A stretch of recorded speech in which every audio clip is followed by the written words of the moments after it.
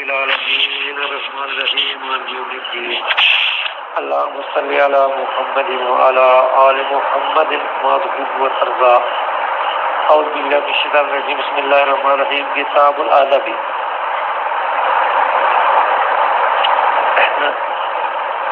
عن عبید اللہ بن علی عن ابن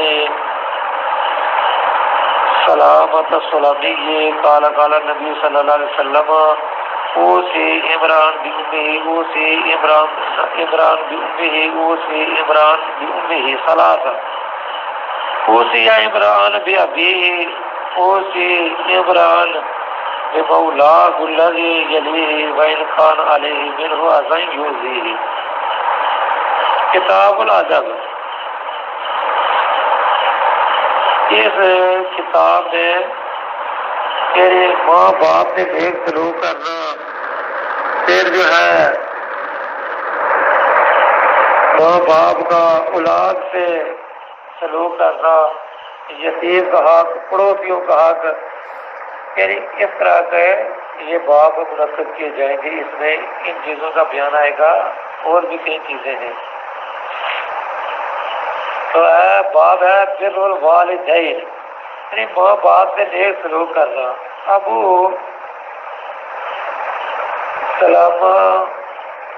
سلامی سے روایت ہے کہ حضرت صلی اللہ علیہ وسلم نے فرمایا کہ میں وصیت کرتا ہوں آدمی کو اپنی ماں سے نیک سلوک کرنے کی۔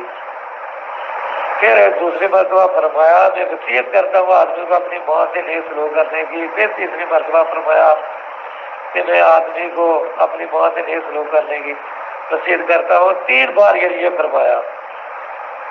پھر فرمایا کہ میں وصیت کرتا ہوں آدمی کو اپنے باپ سے نیک سلوک کرنے کی، یعنی باپ کو 4 درجے میں بیان کیا، یعنی ماں کا حق جو ہے 3 گنا زیادہ بیان کیا۔ پھر فرمایا کہ میں وصیت کرتا ہوں آدمی کو اپنے مولا سے نیک سلوک کرنے کی۔ مولا مالک یا آزاد کیا ہوا غلام یا دوست، رشتہ دار، ادھر بیٹا، چچا، حلیب، یعنی یہ وغیرہ وغیرہ۔ تو فرمایا کہ اگرچہ ان سے کوئی ایذا پہنچے، یعنی پھر بھی جو ہے اگرچہ اسے تکلیف پہنچے لیکن اس کے عوض میں تکلیف نہ دے۔ جواب مردی یہی ہے کہ بدی کے بدل نیکی کرے، اور جو اپنے رشتے توڑے اس سے رشتہ جوڑے۔ جیسے دوسری روایت میں ہے سل من کھاتا آقا، یعنی اس سے صلہ رحمی کر، اس سے رشتہ جوڑ جو تجھ سے رشتہ توڑے۔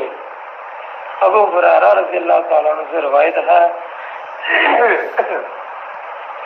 کہ لوگوں نے عرض کیا یا رسول اللہ صلی اللہ علیہ وسلم ہم کس سے نیکی کریں، یعنی احسان اور عمدہ سلوک؟ تو آپ نے فرمایا اپنی ماں سے۔ انہوں نے کہا پھر کس سے؟ آپ نے فرمایا اپنی ماں سے۔ انہوں نے کہا پھر کس سے؟ آپ نے فرمایا اپنے باپ سے۔ انہوں نے کہا پھر کس سے؟ آپ نے فرمایا کہ جو ان کے بعد تجھ سے زیادہ قریب ہو، جیسے بھائی بہن ہے، دادا ہے، نانا نانی، اور اس طرح پھوپھی خالہ، اور جو اس کے بعد زیادہ قریب ہو، یعنی پھر اس طرح درجہ درجہ تو اس طرح نیک سلوک کرتا جائے۔ پہلے اپنے ماں سے کر، پھر باپ سے کر، پھر اپنے بہن بھائیوں سے کر، پھر جو اس سے زیادہ قریب، پھر اس کے قریب، پھر اس کے قریب جو ہے وہ اس طرح یعنی نیک سلوک کرتا جائے۔ ابو ہریرہ رضی اللہ تعالیٰ عنہ سے روایت ہے کہ حضرت صلی اللہ علیہ وسلم نے فرمایا کہ آدمی اپنے باپ کا حق ادا نہیں کر سکتا مگر جب اس کو غلامی میں پائے، پھر اس کو خرید کر کے آزاد کر دے تو باپ کا حق ادا ہو جائے گا۔ یہ حدیث دلیل ہے ان کی جو کہتے ہیں کہ جو محرم کے بالغ ہونے سے وہ آزاد نہیں ہوتا، جب تک اس کو آزاد نہ کرے جمہور کے نزدیک بالغ ہوتے ہی وہ آزاد ہو جاتا ہے، بس آزاد کر دینے سے گویا اس کا خریدنا ہی مراد ہوگا۔ ابو ہریرہ رضی اللہ تعالیٰ عنہ سے روایت ہے کہ حضرت صلی اللہ علیہ وسلم نے فرمایا کردار جس کا ذکر قرآن میں ہے 12,000 اوقیہ کا ہوتا ہے، اور ہر اوقیہ بہتر ہے اس سے جو کچھ آسمان اور زمین کے درمیان ہے۔ اس میں اشارہ ہے اس کفار کی طرف جو دوسری حدیث میں ہے کہ جو کوئی رات کو 1000 آیتیں کھڑے ہو کر پڑھے تو وہ کفار والوں میں سے لکھا جائے گا۔ یہ ابو داؤد نے عبداللہ بن عمر سے نکالا۔ اور حضرت صلی اللہ علیہ وسلم نے فرمایا کہ آدمی کا درجہ جنت میں بلند کیا جاتا ہے، یعنی اس کے مر جانے اور جنت میں درجہ معین ہو جانے کے بعد وہ پھر وہ جنتی کہتا ہے کہ میرا درجہ کیسے بلند ہو گیا، حالانکہ عمل کا کوئی موقع نہیں رہا۔ یہ جو یہ دنیا میں نیکی کا موقع تھا، اب یہاں تو نیکی کا موقع نہیں ہے، تو پھر کیسے میرا درجہ بلند ہو گیا؟ تو اس کو جواب دیا جاتا ہے کہ تیرے بچے کی دعا کے سبب سے، یعنی تیرے لیے تیری اولاد نے دعا کی، اس وجہ سے تیرا درجہ بلند ہوا۔ جو نیک اولاد ہے، صالح اولاد ہے، یہ اللہ تعالیٰ کی طرف سے بہت بڑی نعمت ہے۔ لیکن جو آدمی کوشش کرتا ہے تو کوشش کا ہی پھل ملتا ہے نا۔ آدمی خود بے نماز ہو تو اپنی اولاد کو کیا تلقین کرے گا نماز کی؟ لیکن اگر آدمی خود نمازی ہو اور اولاد کو جو ہے وہ نماز نہ پڑھائے، ان کی تربیت ہی نہ کرے، تو اس کو پھر جو ہے ان کی دعا جو ہے کیا فائدہ دے گی ایک بے نمازی آدمی کو کہ خود جو ہے وہ نمازی نہیں، اس کی اولاد نمازی ہے، اس نے اس کی تربیت کی نہیں ہے، تو پھر اس کو ثواب نہیں ملے گا۔ ہاں، جس والدین نے ان کی اچھی تربیت کی ہو، نیک بنانے کی کوشش کی ہو، ہدایت تو اللہ تعالیٰ ہی دیتا ہے، لیکن آدمی کی کوشش تو ہو نا۔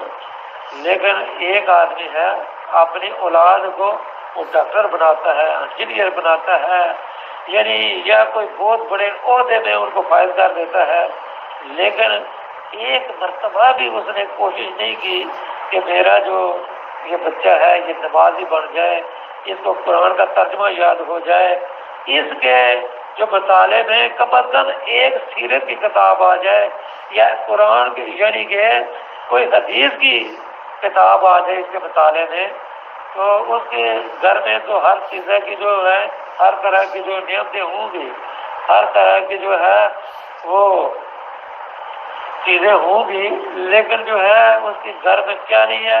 حدیث کی کتاب نہیں ہے۔ ہمارے گھر میں کیا نہیں ہے؟ سیرت کی کتابیں نہیں ہیں۔ ہمارے گھر میں جو کیا ہے؟ یہ قرآن کی تفسیر نہیں ہے۔ تو اولاد کی تربیت کیسے ہوگی؟ ہم نے تربیت کرنے کی کوشش ہی نہیں کی، تو بہرحال اس کا یہ ہے قیامت کا دن اللہ اکبر جنتی کا درجہ اچانک سے بلند ہو گیا۔ یا اللہ میرا درجہ کیسے بلند ہو گیا؟ فرمایا تیری نیک صالح اولاد نے دعا کی تیرے لیے۔ تو یہ بہت بڑی ڈگریاں تو لے لیتے ہیں، لیکن جو ہے رب جعلنی مقیم الصلاۃ ومن ذریتی ربنا وتقبل دعائی ربنا اغفر لی ولوالدی وللمؤمنین یوم یقوم الحساب۔ کم از کم اگر یہ بھی نہیں آتی ہے، ایک بے نمازی ہے، اس کو کیسے یہ دعا دی ہوگی؟ تو پھر جو ہے کیا فائدہ ہے؟ جو والدین جب فوت ہو جائیں تو یہ ڈگریاں ان کی قبر پہ رکھ دیں، ڈاکٹری کی ڈگری ہو، کسی اور چیز کی ہو، ان کی قبر پہ رکھے، تو قطعاً جو ہے اس کو کوئی فائدہ نہیں ہوگا۔ فائدہ تو اسی کو ہوگا جو نماز پڑھے گا، نماز میں کہے گا ربی اغفر لی، یا اللہ مجھے معاف کر دے، والدی اللہ میرے والدین کو معاف کر دے۔ تو ایک نمازی جو نیک اولاد جو ہے جب وہ نماز پڑھے گی تو اگر والدین نے ان کی اچھی تربیت کی ہوگی تو ثواب پہنچے گا، فائدہ ہوگا۔ مقداد بن معد کا رب سے روایت ہے کہ حضرت صلی اللہ علیہ وسلم نے فرمایا بے شک اللہ تعالیٰ تم کو نصیحت کرتا ہے اپنی بہو سے نیک سلوک کرنے کی۔ 3 بار بے شک اللہ تعالیٰ تم کو نصیحت کرتا ہے اپنے باپوں سے نیک سلوک کرنے کی، بے شک اللہ تعالیٰ تم کو نصیحت کرتا ہے ہر زیادہ نزدیک رشتے والے سے سلوک کرنے کی، پھر جو اس کے نزدیک ہو۔ لیکن یہ جو حدیث ہے اس کی سند میں اسماعیل بن عیاش ہے، اس کی حجازیوں سے روایت ضعیف ہے، اور یہ روایت جو ہے یہ یعنی ضعیف ہے۔ ابو امامہ رضی اللہ عنہ سے روایت ہے کہ ایک شخص نے کہا یا رسول اللہ صلی اللہ علیہ وسلم والدین کا حق ان کی اولاد پر کیا ہے؟ آپ نے فرمایا والدین ہی تیری جنت اور جہنم ہے۔ یعنی جنت بھی والدین ہی کی وجہ سے ملتی ہے اور دوزخ بھی والدین ہی کی اسباب سے. اگر والدین کو خوش رکھا تو جنت میں جائے گا ورنہ دوزخ میں. لیکن اس کی سند ضعیف ہے. اس میں علی بن یزید بن جدعان راوی ہے. اس کے علاوہ قاسم اور ابو امامہ سب ضعیف ہیں اور علی بن یزید کا ذوق سب سے زیادہ ہے، یعنی یہ بھی روایت ٹھیک نہیں ہے. ابو درداء سے روایت ہے کہ حضرت صلی اللہ علیہ وسلم فرماتے تھے والد باپ یا ماں جنت کے دروازوں کا درمیانی دروازہ ہے. جب تجھے اختیار ہے چاہے اس دروازے کو ضیاع کر دے چاہے اس کی حفاظت کر. درمیان میں جو دروازہ ہوتا ہے اس سے مکان میں جلدی پہنچ جاتے ہیں. تو والدین کے قریب اور سہل رشتہ راستہ جنت میں جانے کا قرار دیا. اگر آدمی اپنے والدین کو خوش رکھے جو کچھ مشکل نہیں تو پھر جنت جو ہے یہ آسانی سے مل سکتی ہے. اللہ تبارک و تعالیٰ سے دعا ہے اللہ تعالیٰ ہم سب کو جنت الفردوس عطا فرمائے. اللہ قرآن حدیث کو سن کر اللہ تعالیٰ عمل کرنے کی توفیق عطا فرمائے.